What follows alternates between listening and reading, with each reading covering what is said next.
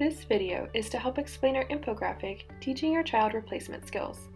Before we dive into this infographic, be sure to check out the ABCs of behavior and using ABC data to choose strategies on the Barton Lab website to help you determine the skill that needs to be taught. First, let's remember what we know about challenging behavior. We know that children engage in challenging behavior to communicate a want or need. To reduce the likelihood that a child uses challenging behavior to communicate, we need to teach kids a new, more useful way to ask for what they want. This new behavior is called a replacement skill.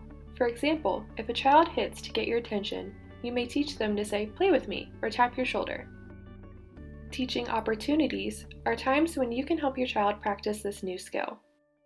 Do you learn best when you are tired, upset, or overwhelmed? Neither does your kiddo. Pick a time to practice when your kid is calm and ready to learn. It is helpful to practice in the routine in which the challenging behavior most often occurs.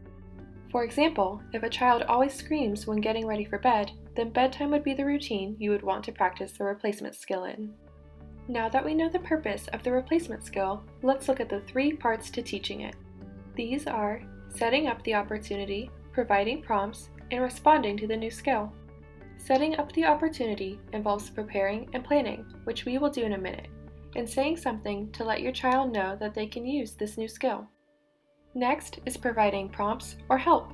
Because they are just learning the skill, children will need our help. You can remind them what to say, like, "Say play please," or ask them, "What can you say?"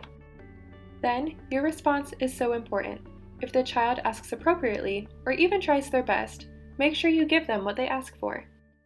This will show them that using their words is more efficient than challenging behavior to get what they want. We know you cannot give them what they want all the time, so think about times to practice when you can definitely respond to their words. After the information sheet, we have planning sheets to help you think through how to teach the replacement skill.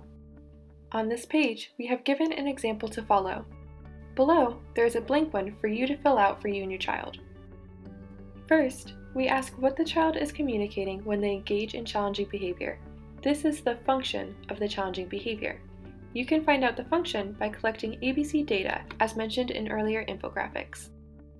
The next item is identifying the replacement skill. The Choosing Strategies infographic also has ideas for this.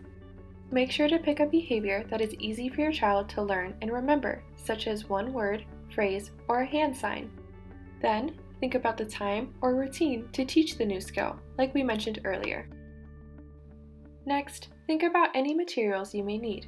For example, if you are teaching your child to ask for the iPad, you need the iPad ready and charged.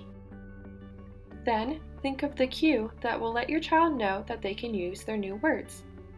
This may look a lot like a transition, such as announcing it is time to go to bed or time to be done with the iPad. Then, think of a prompt that would help your child remember what they can say. And finally, write out how you will respond to their words or attempts to use their words. If this seems like a lot, don't worry, it can be. To help you visualize what to do with all this information, we created a flowchart of all the steps we just talked about. First, here's a general flowchart that shows you how to move through the steps. Start with the cue and work your way through accordingly. Next, we have a flowchart for you to write in the information for your child and routine. Let's start by inputting the information from the planning sheet. First is the cue, which is how you signal to your child that they can use their new skill. Then, fill in the prompt, which is how you decided you would provide help or a reminder. The replacement skill is the new behavior. It is how the child is asking for their wants and needs.